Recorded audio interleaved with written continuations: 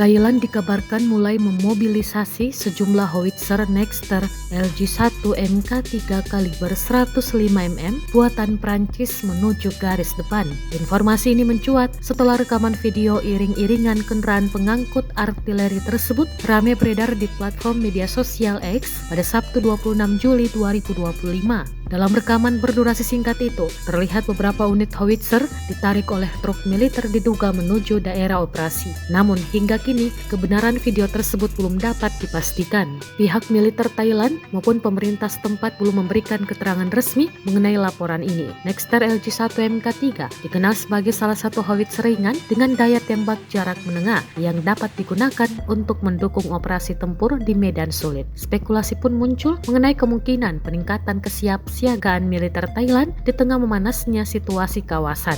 Hingga berita ini diturunkan, belum ada konfirmasi lanjutan mengenai lokasi maupun jumlah unit howitzer yang dimobilisasi.